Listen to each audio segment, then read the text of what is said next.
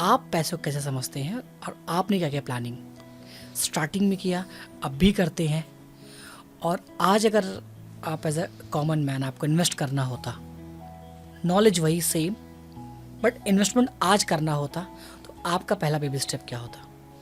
तो 2-3 क्वेश्चंस आपने पूछ लिए एक साथ। हाँ। तो let me try to answer them. पहला क्वेश्चन है कि आपने पूछा कि मैं कहाँ इन्वेस्ट करता हूँ, मैं अपने पैसे को कैसे मैनेज करता हूँ। मेरा म्यूचुअल फंड में ही इन्वेस्टमेंट होता है, पॉइंट नंबर 1। मैक्सिमम आज भी वही होता है, सबसे ज़्यादा इन्वेस्टमेंट मेरा म्यूचुअल फंड्स में ही होता है। क्यों होता है? क्योंकि मुझे ऐसा लगता है कि मैं इन्वेस्टमेंट से जितना दूर रहूँगा उतना मेरे इन्वेस्टमेंट ज़्यादा पैसा बना के देंगे।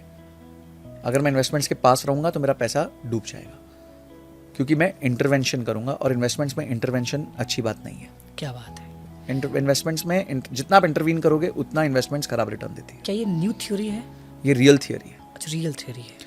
आपको बचपन से सिखाया जाता है कि अगर आप ज़्यादा पढ़ाई करोगे तो ज़्यादा मार्क्स आएंगे, हाँ। अगर आप ज़्यादा मेहनत करोगे तो ज़्यादा तनख्वाह लगेगी। ओके। पर इन्वेस्टमेंट से अगर आप ज़्यादा इन्वेस्टमेंट के प्रति एक्टिव रहोगे तो आपका रिटर्न कम हो जाएगा। ओके, समझ गया। अब इसका एक उदाहरण देता हूँ मैं आपको। एक बार क्या हुआ, वॉरेन बुफे का बेट लगा एक फंड मैनेजर के साथ, हेज फंड मैनेजर के साथ, टेड सीडस के साथ। इन दोनों की बेट लग गई। तो वॉरेन बुफे ने कहा कि बाबू सुन, अपन दोनों पैसा लगाते हैं। मैं ना S&P 500 पैसिव इंडेक्स फंड में पैसा लगा रहा हूँ, जिसमें मुझे कुछ देखने की जरूरत नहीं है, मैं लगा दूंगा। और तू एक काम कर, तू तेरे को जो करना है ना, हेज फंड, रिसर्च, शेयर खरीदना बेचना, ऑप्शन, फ्यूचर, जो करना है तू कर।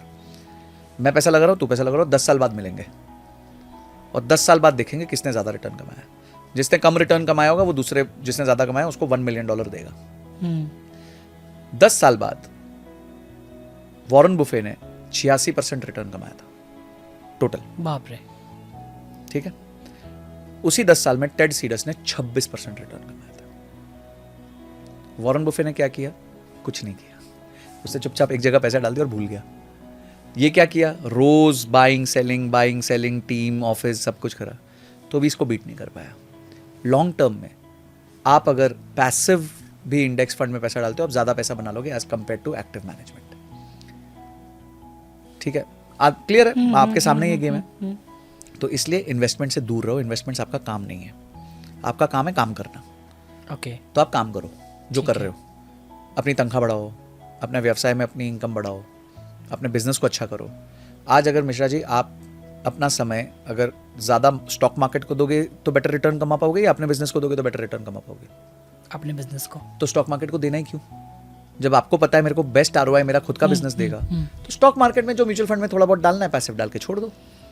मतलब ये है कि हमें समझना भी बहुत सरलता से है, हाँ, और बहुत ग्राउंडेड होके समझना है। सर मैं आपको बता रहा हूँ, जितने आप बड़े लोग देखोगे हाँ, जिन्होंने इन्वेस्टमेंट से पैसा कमाया, हाँ, उन्होंने कभी इन्वेस्टमेंट्स के साथ छेड़खानी नहीं की है। वो लंबे समय तक टिके रहे हैं।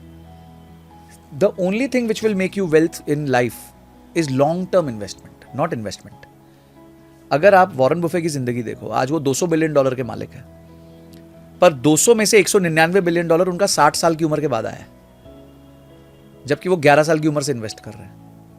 वो इतनी समय से मार्केट में है, इतने समय से मार्केट में उनका पैसा कंपाउंड हो के कहां पहुंच गया देखो। सो आपको लग रहा होगा ना बहुत सिंपल बता रहे हो संजय सर, ये तो हो ही नहीं सकता। मतलब ये है कि अगर ये इतना सिंपल है तो क्या इंटरनेट पे लोग मतलब रियल छुपाते हैं और वो CTR वाली बातें बताते हैं देखो ये बात कि ना मैंने आपका 1 करोड़ लगा के इतना कमाया, 1 लाख आपके जो क्वेश्चन है ना वो बिल गेट्स का भी क्वेश्चन था।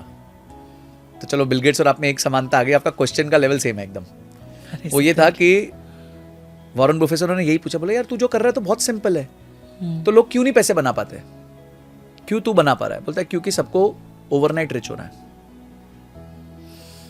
सबको ओवरनाइट रिच होना है। यही जो आपने अभी बोला ना CTR थंबनेल, करोड़ रुपए लगा के बनाए मैंने लाख रुपए एक दिन में, ये सुनना है सब लोगों को। मैं इन्वेस्टमेंट करता हूँ करोड़ों रुपए से। हाँ, हाँ। तो ये सब जो चीजें हैं ना, ये आपके बस की नहीं है, किसी के भी बस की नहीं है। जो आज एक्टिव काम कर रहा है, जो कोई व्यवसाय में है, वो ये सब काम नहीं कर सकता। इसलिए उसको इन्वेस्टमेंट से दूर होना चाहिए। चुपचाप passive fund, active fund, small cap fund, mid cap fund design करना चाहिए अपना पोर्टफोलियो, और उसमें अंधे तरह पैसा डालते रहना चाहिए जब तक उसका गोल अचीव नहीं हो जाता, और उसके अलावा अपने काम पे फोकस करना चाहिए। अगर आपने ये कर लिया, आपका जीवन मस्त हो जाएगा, आपका स्ट्रेस खत्म हो जाएगा, आपकी वेल्थ बिल्ड होगी, आपका करियर बिल्ड होगा और आप 360 डिग्रीज हैप्पी रहोगे। Great sir. मैं यही करता हूँ।